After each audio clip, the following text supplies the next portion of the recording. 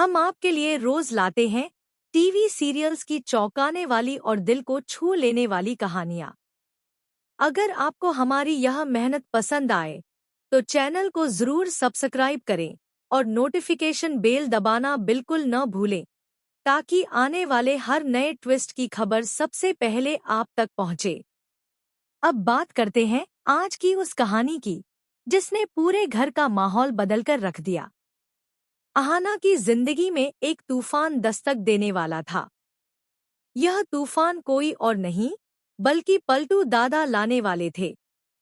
उनकी चालाकियों और गहरी सोच से न केवल अहाना की इज्जत दांव पर लगने वाली थी बल्कि दुर्गा देवी का दिल भी एक बार फिर से अहाना के खिलाफ जहर से भरने वाला था। कहानी की शुरुआत होती है जन्माष्टमी की पूजा से। घर में बड़े प्यार और श्रद्धा के साथ तैयारियां चल रही थी। लेकिन इस पूजा को अहाना की इज्जत तोड़ने का सबसे बड़ा हथियार बना लिया पिशिमोनी और चाची ने। दोनों ने चालाकी से पूरे मोहल्ले को न्योता दे दिया।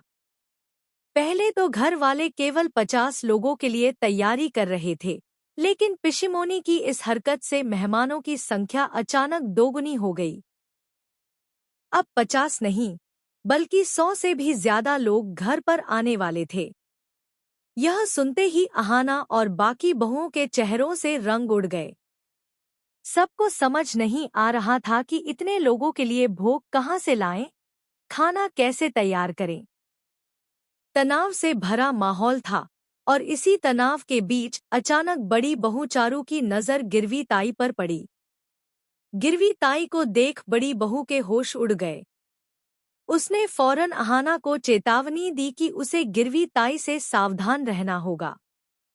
लेकिन अहाना ने उनकी बात को हल्के में ले लिया। उसने सोचा कि घूंघट के पीछे रहकर वह आसानी से खुद को बचा लेगी। तभी दुर्गा देवी ने अहाना से सख्त लहजे में पूछा कि इतने मेहमानों को बुलाने का काम किसने किया। अहाना ने झिझकते हुए सच्चाई बताई कि यह सब पिशिमोनी और चाची की चाल थी। यह सुनते ही दुर्गा देवी का चेहरा गंभीर हो गया। उन्हें समझ आ गया कि यह ठाकुर जी के इशारे पर किया गया खेल है। लेकिन उन्होंने ठान लिया कि चाहे कुछ भी हो, यह चाल कामयाब नहीं होने देंगी। फिर दुर्गा देवी ने खुद कमान संभाली और तीनों बहुओं के साथ मिलकर भोग तैयार करना शुरू कर दिया। उनकी मेहनत और एकता देखकर मेहमान भी प्रभावित हो गए। पिशिमोनी की यह चाल पूरी तरह नाकाम रही। लेकिन असली खेल तो अब शुरू हुआ। यह सब तो पलटू दादा की बड़ी साजिश का हिस्सा था। असल में गिरवी ताई को इस पूजा में बुलाया ही पलटू दादा ने था। जैसे ही पूजा खत्म हुई और मेहमान वापस जाने लगे, पलटू दादा ने गिरवी ताई को रोक लिया। वह उसे घरवालों से मिलाने का बहाना बना रहा था, लेकिन असल मकसद था अहाना की पोल खोलना। अहाना का दिल जोर जोर से धड़कने लगा। उसे डर था कि कहीं गिरवी ताई उसे पहचान न ले। घूंघट में उसने खुद को छिपाने की कोशिश की, लेकिन गिरवी ताई की निगाहें बहुत तेज थीं। एक नज़र में ही उसने अहाना के हाथ देखकर उसे पहचान लिया।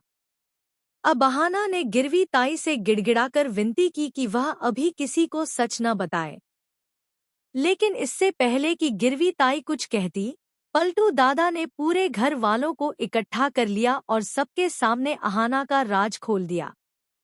उसने सबके सामने कहा कि दुर्गा देवी की लाडली बहू अहाना ने अपने ही खानदान के कंगन गिरवी रख दिए हैं और उन पैसों से ही इस पूजा का खर्च निकाला है। यह सुनते ही माहौल सन्नाटे से भर गया। दुर्गा देवी का चेहरा गुस्से से लाल हो गया।